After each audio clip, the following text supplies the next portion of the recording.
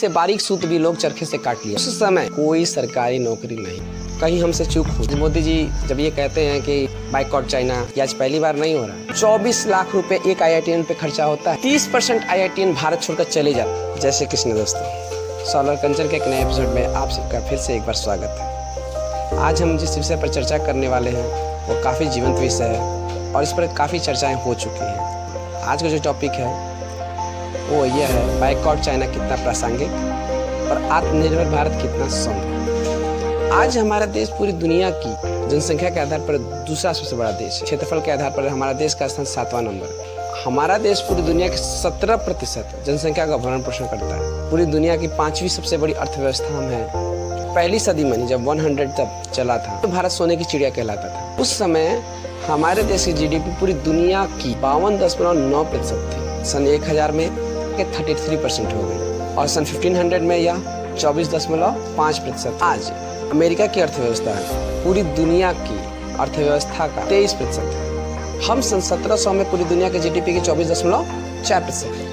कालांतर में अंग्रेज ने हमारे यहाँ शासन किया और जब वो गए 1947 में हमारे देश की GDP पूरी विश्व की अर्थव्यवस्था में कितना योगदान था? 2 से 3। कंपनी सन 1700 में भारत में प्रवेश की। कंपनी आई थी यहाँ व्यापार करने के। आज जो आप सोच करके अमेरिका जाते हैं, दुनिया के लोग वही सोच करके भारत आते हैं। सबके मन में एक ये उम्मीद रहती थी कि किसी भी प्रकार से भारत जाएं, पैसे कमाएं और अपना देश में आकर के अपना जीवन सुख से व्यतीत करें। उस समय हमारे देश का जो सबसे प्रमुख उद्योग था वो था वस्त्र उद्योग। पूरी दुनिया को हम कपड़ा पहनाते थे। हमारे यहाँ का ऊन, सिल्क पूरी दुनिया में एक्सपोर्ट किया जाता था। एक शहर ऐसा था जो सिर्फ केवल कपड़े ही धुलता था, कोई एक शहर ऐसा था जो सिर्फ कपड़े की रंगाई ही करता था। इतने बड़े पैमाने पर काम हुआ करते। गुजरात के बड़े बड़े नगर उस काफी कपड़ा उद्योग के लिए फेमस थे। अर्थव्यवस्था की रीढ़ थी। आभूषण का बनना, धातु उद्योग, रक्षा के उपकरण, चीनी उद्योग, बर्तन उद्योग, तेल और इत्र का बनाना, चमड़ा उद्योग, ये कौन सा ऐसा काम नहीं था जो भारत में नहीं होता था। और उस समय बड़े बड़े कारखाने लगा के काम नहीं होते थे। हर एक गांव में कोई ना कोई स्पेशलिस्ट होता था। धीरे धीरे चीजें बदली, परिस्थितियां बदली, मशीनें आई, चीजों का ट्रांसफॉर्मेशन हुआ। उसमें बहुत मेहनत सूत की कताई भी होती। बारीक से बारीक सूत भी लोग चरखे से काट लिया करते। आप लोगों को बताने का ये उद्देश्य है कि उस समय कोई सरकारी नौकरी नहीं थी। सरकार सिर्फ एक ही काम करते थे, बड़े बड़े हाट मंडियां लगवाना। एक्सपोर्टर्स आते थे, वहां से आप खरीदते थे, वो अपने देशों में लेके जाया करते थे। पूरी दुनिया के लोग हमारे यहाँ से सामानों का आयात करते थे।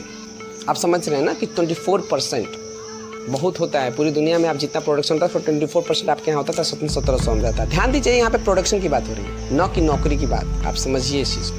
कहीं हमसे चूक हुई, हम समय के साथ आगे नहीं बढ़ पाए और अंत में क्या हुआ? धीरे धीरे सारा उद्योग धंधा चौपट हो गया। हमारी निर्भरता विदेशी सामानों पर पड़ने लगी। एक समय ऐसा आया हर एक बड़े बाजार पर अंग्रेजों का अधिकार हो गया। आज मोदी जी जब ये कहते हैं कि बाइकआउट चाइना है, लोग बहुत मजाक उड़ाते हैं। कई लोग आत्मनिर्भर भारत का मजाक उड़ाते हैं। ये आज पहली बार नहीं हो रहा है। 20वीं सदी में भी विदेशी कपड़ों की होली जलाई गई, इसलिए क्योंकि आर्थिक कमर टूटे और अंग्रेज यहाँ से हटे। अब आज के परिदृश्य में अमेरिका पूरी दुनिया में, अमेरिका की जो GDP का योगदान है पूरे विश्व की अर्थव्यवस्था में, हुआ 23.6%। दूसरे नंबर पे चाइना आता है जिसका 15.5%। तीसरे नंबर पर जापान आता है। चौथे पर आपके सभी देश में आते हैं। आप जरा समझिए, चाइना भी उत्पादन कर सरकारी नौकरी नहीं चाह रहा है। अमेरिका में भी सरकारी नौकरी की वह कीमत नहीं है। रशिया के लोग सरकारी नौकरी नहीं करते, वे लोग अपना बिजनेस पर ध्यान देते हैं, अपना रोजगार पर ध्यान देते हैं। चाइना के लोग भी सरकारी नौकरी के पीछे नहीं भागते। मुझे ये नहीं समझ में आता है कि सरकारी नौकरी आखिर क्या ऐसा दे देती है जो उस पर के पीछे पूरी दुनिया पागल है। दुनिया का नहीं कहेंगे, भारत के लोग पागल हैं। समझिए, सरकारी नौकरी के ने किस तरीके से नुकसान किया। क्योंकि केवल हिसाब किताब रखने से पूरे देश का भला नहीं होता है। लोकल स्टेज पर हर एक छोटे छोटे गांव में जब लोग छोटा छोटा उत्पादन करने का प्रयास करेंगे, एक चीज़ों को प्रोडक्शन बढ़ाने का प्रयास करेंगे, तब जा कर के एक इकोनॉमी जनरेट होगी। आज हमारे देश में IITians को देखिए, 24 लाख रुपए एक IITian पे खर्चा होता है। 30% IITian भारत छोड़कर चले जाते हैं और पूरे भारत में कुल मिलाकर के 23 IIT कॉलेज हैं। 12,000 छात्र उसमें एक साथ एडमिशन लेते हैं। उसमें सोचे 30% विदेशों में नौकरी करने चले जाते हैं। एक एवरेज IITian की जो सैलरी होती है वो 10 लाख रुपए की। हायर पे जानते कितना मिलता है लोगों को? 1,80,00,000 रुपया उनकी सैलरी होती है। ओरेकल में जो सबसे बड़ा पैकेज मिला है। भारत की यह स्थिति है कि भारत के 30% IITian विदेश में चले गए। 24 लाख रुपया सरकार उन पर खर्चा करती है। देश के इकोनॉमी में उनका योगदान नील बटा सन्नाटा। पूरी फिल्म देखी होगी आपने, उसमें एक छोटा लड़का ड्रोन बनाया है। वो IITian नहीं है, लेकिन अब तक 600 से ज़्यादा ड्रोन बना चुका है। उसकी जीवनी का लिंक मैं आपको दे दूंगा। अब्दुल कलाम IITian नहीं थे, कल्पना चावला IITian नहीं थी, नारायण कृष्णमूर्ति IITian नहीं थे, धीरूभाई अंबानी IITian नहीं थे। देश की इकोनॉमी में जो उन्होंने योगदान दिया वो 30% IITians नहीं दे पाए। सारे सरकारी तंत्र में जितने भी लोग बैठे हैं सब पढ़े लिखे लोग रहते हैं। लोग अपने गांव छोड़ करके चले जाते हैं। ये बिहार के सबसे ज्यादा IAS PCS ऑफिसर और आज बिहार की दुर्दशा सबसे ज्यादा है। मतलब नौकरी ने कितना बेड़ा गर्क किया। थोड़ा सा अपने राज्य के प्रति, अपने गाँव के प्रति सचेत होते शायद चित्र कुछ और होता। एकमात्र हिसाब किताब रखने वाला जो एक मैकेनिज्म है, क्या वो देश को आगे बढ़ा सकता है? सरकारी नौकरी में मुझे लगता है 60 से 70% कल हिसाबी किताब रखने वाली चीजें होती हैं और लोग उसी के पीछे भागते हैं। जो वैज्ञानिक है वो सम्माननीय है, जो सेना में है वो सम्माननीय है। जब आपके पास धन नहीं रहेगा, जब आपके पास सोच नहीं रहेगी, जब आपके पास विकास नहीं रहेगा तो एडमिनिस्ट्रेशन किस लिए? आपको सोचना पड़ेगा ना। अब कैसे है जरा समझिए चेन को। IITians अच्छे पढ़े लिखे विदेश चले जाते हैं। लखनऊ जैसे शहरों के अच्छे पढ़े लिखे लड़के बड़े शहरों में चले जाते हैं, दिल्ली, मुंबई, कलकत्ता। बलिया जैसे शहर के बच्चे लखनऊ चले जाते हैं और बलिया के एक छोटे से गांव में एक आदमी बलिया चला जाता है और गांव को फिर छोड़ देते हैं। गांव पे फिर वही लोग रह जाते हैं जिनका ना तो कोई टैलेंट है, ना कोई बुद्धि है, ना कोई विकास है। होता क्या है, फिर उनमें से कोई रोड पे चलने वाला आदमी आके एक नेता बनता है और आप वहां से कहते हैं कि ओहो, राजनीति ने देश को बर्बाद कर दिया। अरे आपने क्या किया? आप तो गांव छोड़ के चले गए। आज इतना जो प्रॉब्लम फंसा है, जो प्रॉब्लम हो रही है, वो क्यों हो रही है? चाइना को दिखता है कि भारत एक बहुत बड़ा बाजार है, आपको नहीं दिखता कि भारत एक बड़ा बाजार है। आप क्या सोच रहे हैं?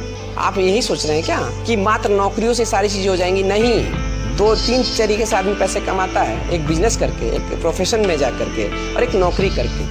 तो प्रोफेशन तो फिर भी ठीक है कि थोड़ा सा रिसर्च बेस्ड होता है, लेकिन नौकरी उनके लिए है जिनके पास कोई टैलेंट नहीं होता है, लेकिन अच्छे से अच्छे टैलेंटेड लोग नौकरी में घुस रहे हैं। इससे दो नुकसान है, एक देश का टैलेंट मर रहा है, दूसरा एक जो कमजोर वर्ग है जिसकी नौकरी नहीं, उसकी नौकरी खत्म हो रही है। कॉन्सेप्ट समझिए, अपने आसपास देखना शुरू कीजिए, आप क्या कर सकते हैं। आज भारत में वीवो कंपनी जो भी चाइनीज कंपनी 4 कंपनियां हैं वो भारत में अपना प्रोडक्ट तैयार करती हैं। अभी हमारे मोदी जी ने कहा कि ये जितनी भी 4 कंपनियां हैं, चाइनीज कंपनियां, इनका जो प्रोडक्ट है वो कहाँ से आएगा?